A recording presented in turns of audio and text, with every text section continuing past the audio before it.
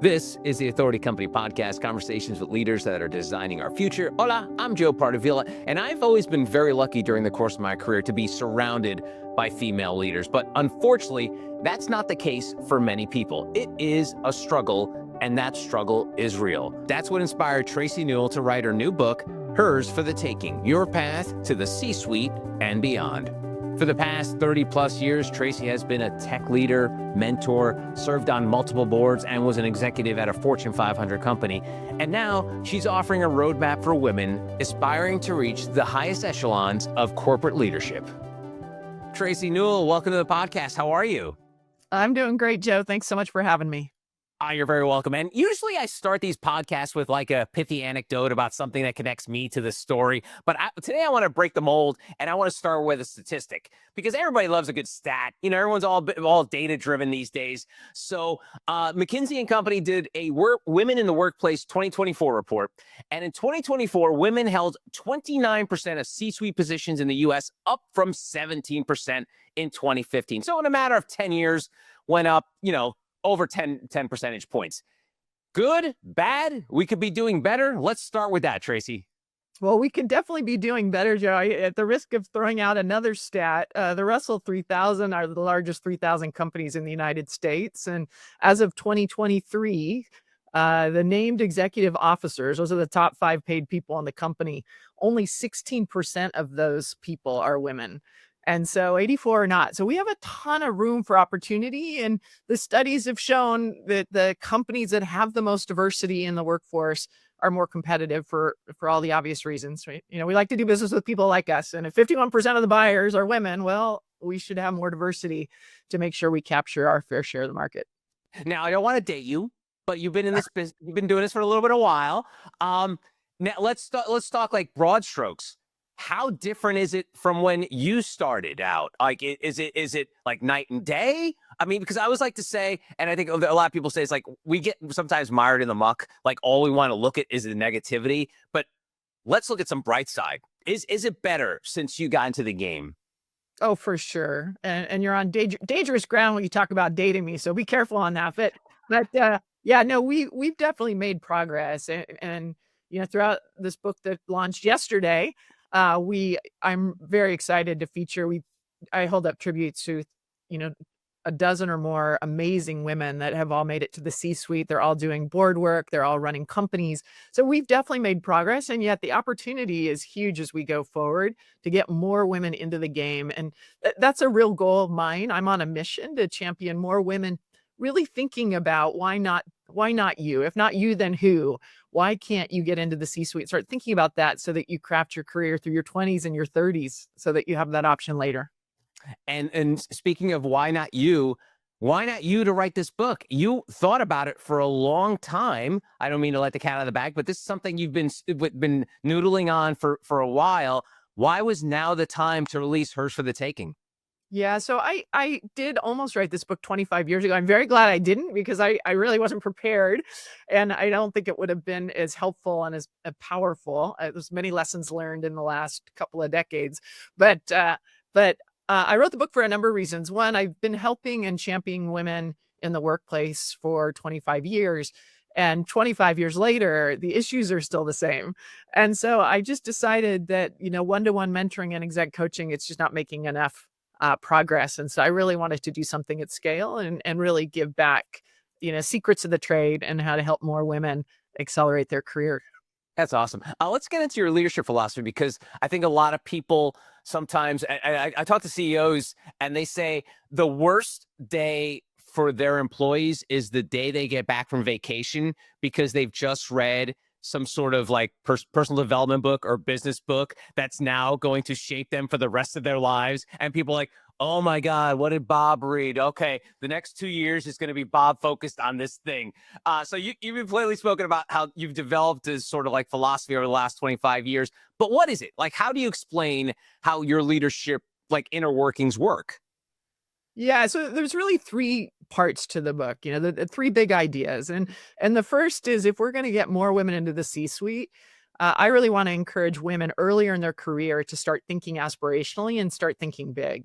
Most of what holds us back are our own belief systems. And so I was lucky in my 30s to have people tap me on the shoulder saying, you can do more. Why not? Would you ever want to run a company? And, I remember looking over my shoulder going, are you talking to me? Who am I? I don't have an MBA. I didn't go to Ivy League schools. And I really think and believe that anyone can achieve what they set their sights on. And so the first big idea in the book is you can do this too. Why not you?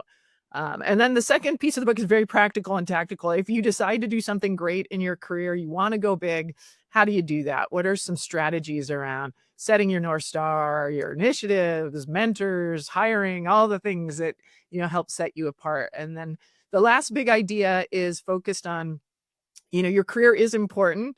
I called it success to significance, but it's just one component of who you are. It's not your identity. And so I really encourage the reader to think about what are your priorities, like what's most important to you. And everyone's going to have a different answer. It could be your family, it could be your faith, could be your community, philanthropy, whatever it is. But, think about that legacy so that you can work those critical items in to your life versus waiting for them, at some random retirement age. So that's kind of the intent of the book. Love that. And so in the book, you write about managing through influence. And influence is sort of like a loaded word nowadays because of the influencer economy and such. But break it down in terms of what you mean by managing through influence. So yeah, managing through influence is I think a lot of folks get confused as to what managing and leading is. And, they think of it as, their worst boss that they've ever had. Maybe that guy or gal on the plane who came back with a list of 10 things from their recent book. But to me, the best leaders are really good at winning hearts and minds. And to win hearts and minds, you have to understand what is holding your team back. What do they really care about? What's getting in the way of them being successful? And so if you can get really good at leading through influence, the rest of your career is going to be a breeze because people will follow you wherever you want to go. And if you think about people in the C-suite, that's really all that they're doing is leading, through influence. You can't touch, if you have 2,000 people in your organization, you can't talk to all of them, daily, weekly, monthly. And so they've gotten really good at understanding what's happening on the front lines and then, working very hard collectively on how to solve problems that'll help everyone in the company to be more successful. That's great. And so, one thing that's important to note is like, not everybody wants to be a leader. Like, I get like this book is for people who want to be a leader, but not everybody wants to be a leader. So when people decide to go on that leadership track, like you got tapped on the shoulder, like, who, me? So once they start this, what are some of the common mistakes that people make early on? Maybe it's something you made, something you see often when it comes to the sort of Pat Riley calls it the innocent climb, like these small steps that you build upon each other to work your way up the pyramid. What are some of the common mistakes you've seen? Well, I do think one mistake that many make is, believing that to be a leader, you have to be an executive or you have to be a manager. I really believe in leaders at every level and that, some of the most powerful leaders, especially when you talk about leading through influence, are individual contributors on the front line that know exactly what's wrong with the company and what's holding everybody back on their team. And they're the ones that pick up the phone and go, hey, Joe, I have an idea. Can you help me with this? I'm going to go fix this. Okay. And that's leading through influence. But in terms of mistakes, as you're climbing the corporate ladder, I think sometimes managers get too caught up in micromanaging. They also can get, I used to say, just because I say it so doesn't mean it so. They can get a little bit lost, hey, these are my 3 things that we're doing. And yet if you go 1 or 2 levels down, is anybody actually paying attention to what you're asking folks to go do? So one of my favorite strategies, I call it the undercover boss strategy. If you remember that show from 10 years ago, where CEOs would dress up and they'd have mustaches and hats and they're in costume pretending like they're, not the CEO. And this one guy in the airline industry is like schlepping bags on the plane going, why do we do it this way? And the employees are like, oh, management this and management that. And to me, that's how you should be serving. I'm a big believer in servant leadership. So if you're spending a lot of time in the front line saying, if you were me, what would you do differently? And, hey, why are we doing it this way? Could we go faster if we did this other thing or solve this problem? To me, that's what great leaders do is they solve problems for the people on the front line. Become the chief problem solver for your company and you'll be unstoppable. That's cool. So I'm not going to date you, but I'll date myself as a proud card-carrying Gen Xer. We were raised to believe that you go to school, you get a job, you work at said job for 30 years, you retire, drop dead, and your life is over. That track has changed, and you use the phrase corporate ladder. That corporate ladder is more like agenda now, because you see a lot of people having to be more mobile because going up the corporate ladder is not as easy or spelled out. I mean, you hear this all the time in like major companies like Apple. Like people who need to rise the ranks for Apple have to usually work there at a certain point, leave, and then come back to get a higher position. So tell me about this tricky road. And obviously, your book is focused on women, but like this idea of like rising through the corporate ladder, it's not as a straight line as it once was. For sure. I like the Jenga analogy. I always say it's more of a corporate jungle gym, right? Because sometimes you're going sideways. There were times where I went backwards to get into a high growth industry because I didn't have the skills. And so, yeah, I think most executives today took a lot more laterals than they did promotions. I mean, I was 26 years old when I wanted to manage sales teams for AT&T, and they didn't know what to do with me because the average manager was in their 40s, and I just wouldn't give it up. And they finally, the GM said, do you want to go manage the accounts receivable team? And I remember, saying, well, what's that?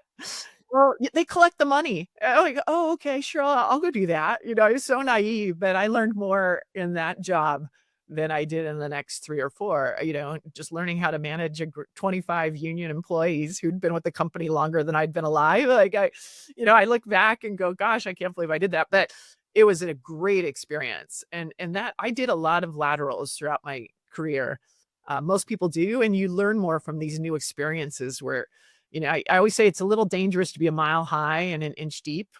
If you only know engineering and you've never done anything besides engineering, well, you're not going to be as adept at helping to manage a company than if you've walked a mile in, product management shoes or product marketing shoes. It just makes you a better, well-rounded executive. That's cool. All right. So I will share a pet peeve of mine is when I see an interview with like a female celebrity.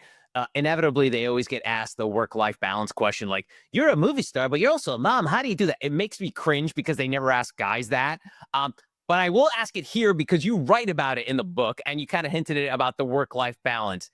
How were you able to do that? Because you're very frank about it in the book, and we hinted it earlier about the fact that sometimes you're going to get more enjoyment, or you should get more enjoyment off the clock than you do on the clock. How did you pull it off? Yeah, no, thanks, Joe. I appreciate the sensitivity, but it is a real issue. It's still um, we've been talking about this idea of ambition fatigue for women.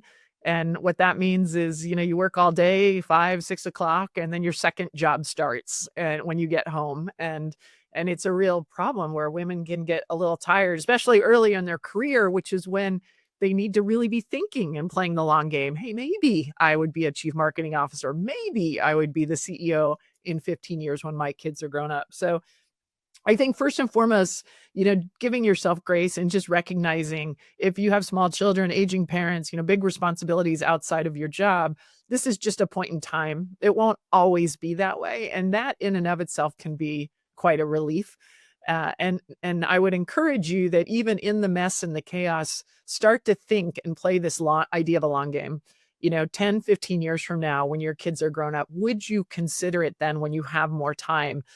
And then get the experiences along the way that give you that option. But I would say the second thing that, really helped me with work-life balance is just clarity on my priorities. So, my family means a lot to me, which means if there was a birthday, I went on the calendar, and what gets calendared gets done.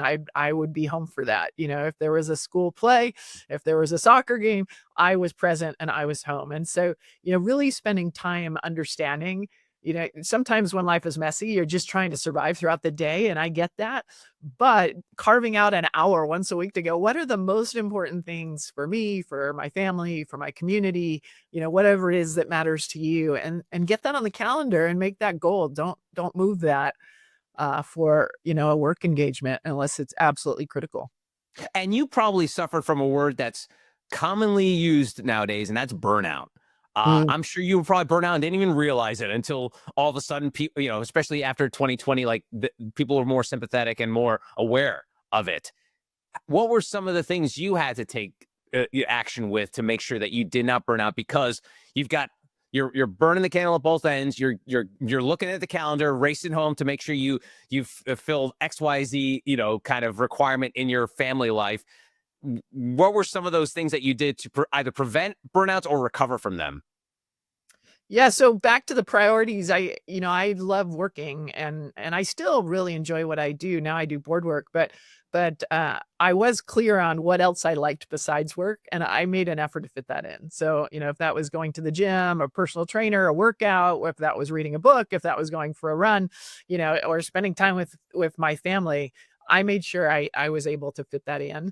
But when, you really hit that wall, which everybody does, I call it, smoldering discontent. It's this voice inside of you going, "What are you doing? You don't like this job anymore. You don't believe in the company that you're with. You don't," whatever it is.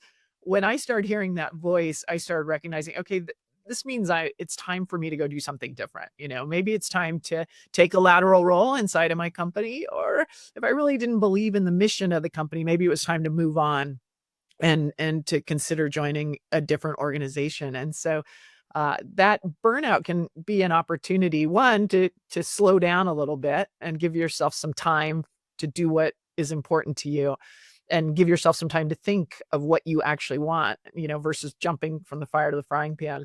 But sometimes it's an opportunity to say, gosh, maybe I'm just tired and I need something that's energizing and exciting again. You should be excited about your job. We spend so much time working in our careers that I think it's really important that you should be you should be energetic and excited to go to work in the mornings. Very cool. I want to double click on something you mentioned earlier, and that's about for people who want to have like future goals, like 5, 10 year plans. And I don't know if we're a victim of having too much information these days. It's possible. But I feel like the idea of having a 5, 10 year plan is like almost impossible. I mean, if Mm. you think about just the world of business post election, where I think a lot of people going into 2025 was like, okay, great, new administration. It's going to be a business first kind of administration, and then we're not going to get into the politics of it all, but like the idea of tariffs and all these battles that are going on with our friendly country. Then all of a sudden, Tracy, that 5, 10 year plan you had is like, holy cow, it's not a 5 year template. Maybe it's a 5, 10 month plan. Volatility in this world, or VUCA, as I think is a big popular business phrase these days. But like, how do you devise a 5, 10 year plan when you don't know what's going to happen 5, 10 days from now? Yeah, no, it's a great point. And agility certainly, king in this world that we're living in. But yeah, no, I would say, yeah, I would share a story. I was in my mid-30s. I had a job. I didn't like my job. Back to the burnout. I felt like I needed a change. I felt, pigeonholed. And I was talking to a mentor, and I said, I want to have more impact. And she started laughing, and she said, I don't know what that means. What is impact? You want to be the head of janitorial services? Like, that's important. That has impact. What do you want to do? Do you want to run marketing? I said, I don't know, maybe. And she said, well, why would you do marketing? You're in sales. You don't know anything about marketing. You're really good at sales. Do you want to run sales for the company? The company was Cisco Systems. And I'm 35 going, what are you talking about? Don't have the skills, don't have the time. I could give you a long list. And she said, well, give me another reason why you wouldn't do it. And I said, well, I have 2 little kids under 6. And that's when she stopped, and she said, well, would you do it in 10 or 15 years from now when your kids are in high school or college and you have more time? And that was a life-changing question for me, because here's this person who is very senior asking me, do I want to run a company in 10 or 15 years? Like, I'd never even thought, I didn't know anyone who'd run a company. How could I do it? But she thought I could. And so I kind of stammered out a maybe. And she said, okay, get the right experience now that give you that option in 10 or 15 years. So, again, 20s, 30s, maybe early 40s, life can be pretty messy. So you don't have to commit to being the senior person then. But if you can get the idea in your head, if you can say it out loud to a couple of people of influence, your boss, your boss's boss, people will look at you differently, and they will give you the options. So you're right, Joe. The roadmap will not be like perfectly straight and not changing as you go. You'll be taking different assignments throughout that you never thought were possible, you never considered. But when you get this big idea and you tell people, it's amazing how they will align around you and help you to get experiences that you wouldn't have had otherwise.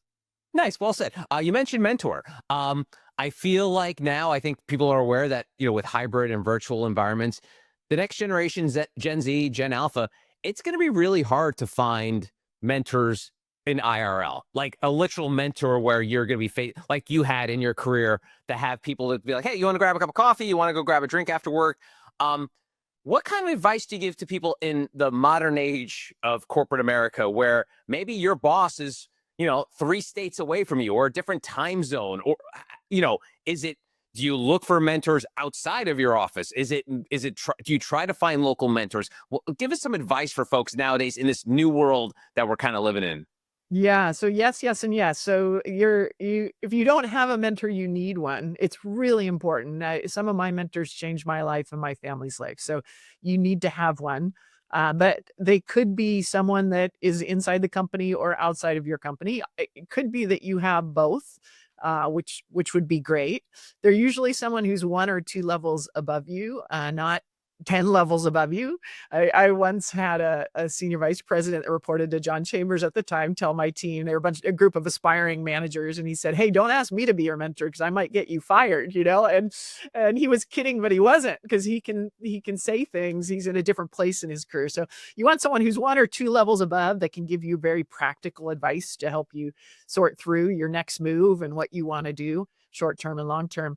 And in terms of how do you get a mentor, it doesn't have to be hard. I tell people it doesn't need to be formal or uncomfortable. You probably don't want to ask someone you don't know well, "Hey, Joe, will you be my mentor?" Because that sounds like a lot. You got a lot going on. You don't even know me. And so I would reach out and say, "Hey, I really respect you. Flattery will get you everywhere. So I really respect you. And I'm trying to make some career decisions. I would love to get your advice. Could I get 15 or 20 minutes with you?" And most people are going to say okay to that. And then when you get to that meeting, you own the agenda. So don't just, stare up at the person in awe. "Hey, this is why I wanted to meet. I'm trying to sort through this, that, and the other issue. And I would love to get your advice. How did you handle that?" And just listen, take notes. And then if it goes well, then you follow up with a, "Hey, can I meet with you in 90 days?" And it doesn't have to be any more complicated than that. So really important to have mentors and sponsors throughout your career, and they'll probably change with time. As you continue to, go on your way, you'll probably need to find new people along the way that can help you get to that next spot.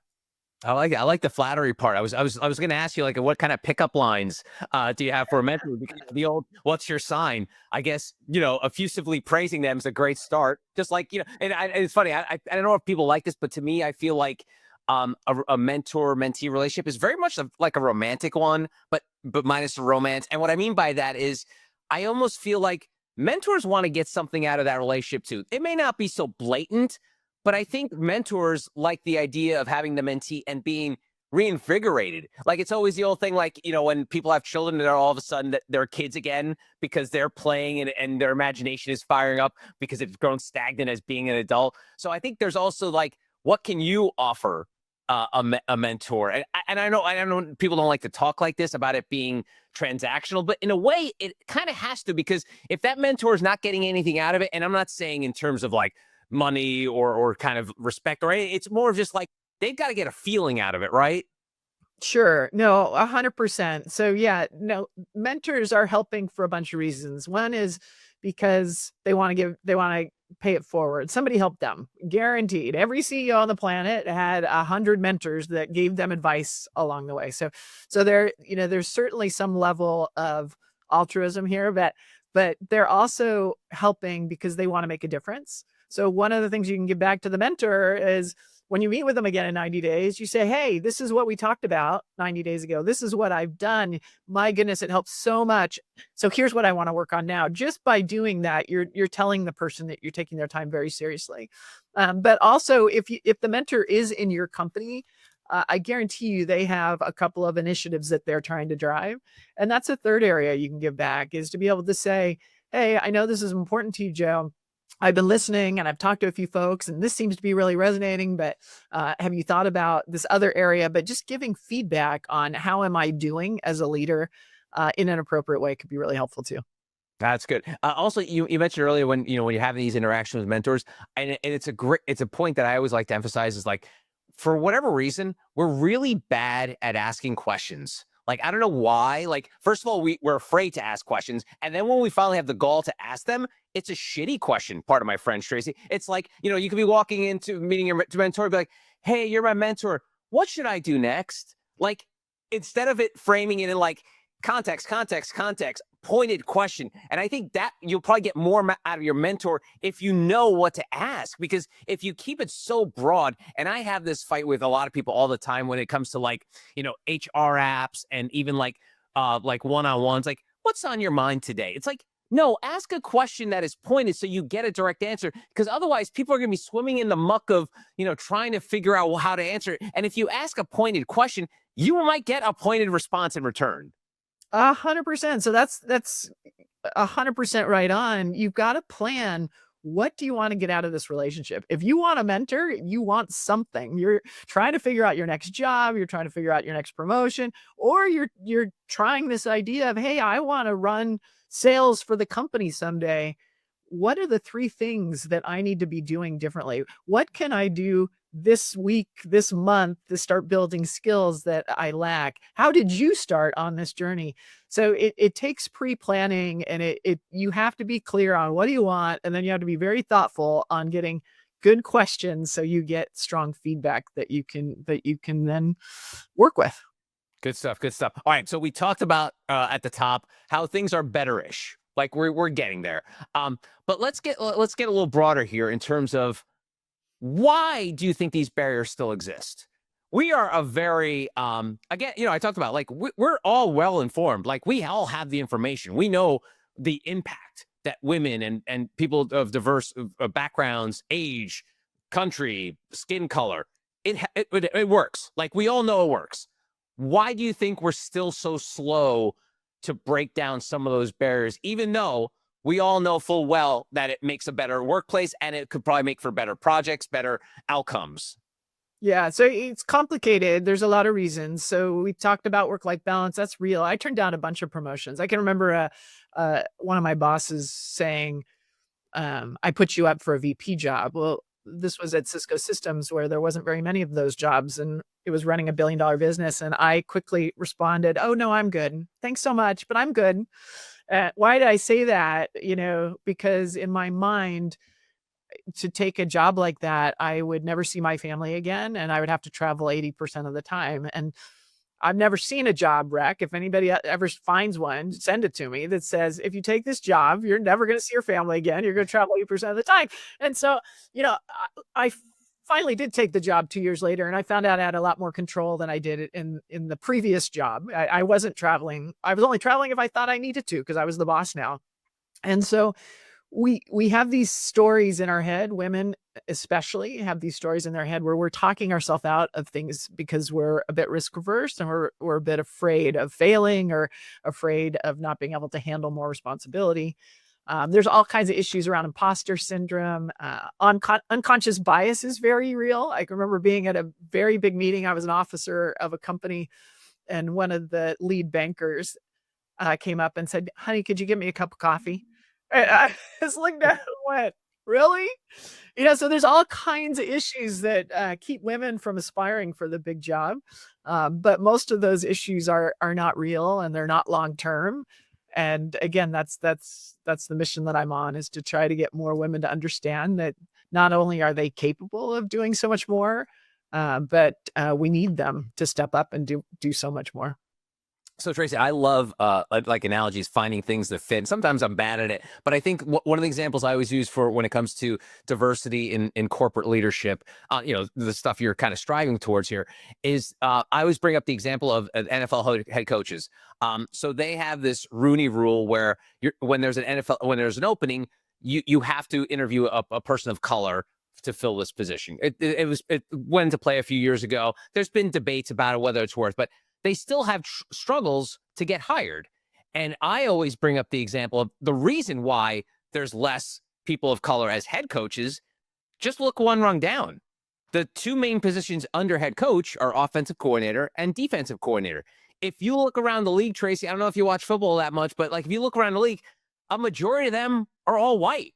So when an owner wants to fill a position for a head coach, it's, again, this could be subconscious or not. It could be like, hey, listen, if 9 out of the 10 people that are offensive coordinators are applying for this job are white, there's a pretty good chance it's going to be a white person getting that job. So Yeah. the reason I bring this kind of random analogy up, Tracy, apologize, it's just like that middle management. Like, if we can't get women to that middle part, they'll never get to that senior part. So how can we sort of bridge just that tiny gap of just, it's not like someone's a woman's walking off the college campus into a job and, hey, you're a CEO of a company. It's like those steps we talked about. How can we help in that gray area of like, workforce, senior leader, like in between there? Yeah. So what you're describing is real. Basically what you're saying is there's a pipeline problem. There's not enough pipeline to get into those important roles in the NFL. And that's exactly the issue for women in senior leadership. There is not enough pipeline. So, and you have to hire on merit. I firmly believe that. Otherwise, you're doing a disservice to shareholders. You're doing a disservice to the company. And so we need more women in the pipeline. And we know for sure, the stats show more women are getting their bachelor's degrees than men. More women are getting their masters, their PhDs are outnumbering men. And yet we see 51% of the women entering the workforce, and they're steadily dropping out at all levels. And so there's no easy fix. But a component of it is really working through these issues that we've talked about: work-life balance, instilling more confidence, getting women the right mentors, picking out the high potentials to say, hey, you can do more early in the career. Women employee resource groups. I spoke yesterday at DocuSign, where they had hundreds and hundreds of women that they were lifting up.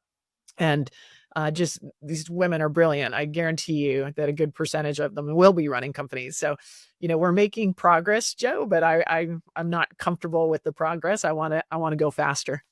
Awesome. All right. So, Tracy, I always wrap up these conversations taking folks behind the dedication of the book, and you dedicate yours to my parents, who always encouraged me to dream big and then to get to work. And to my amazing husband, what a ride we have had together. I'm eternally grateful for you. Let's talk about your parents. And I often joke that my parents instilled my basic philosophy in life: work hard, be nice to people.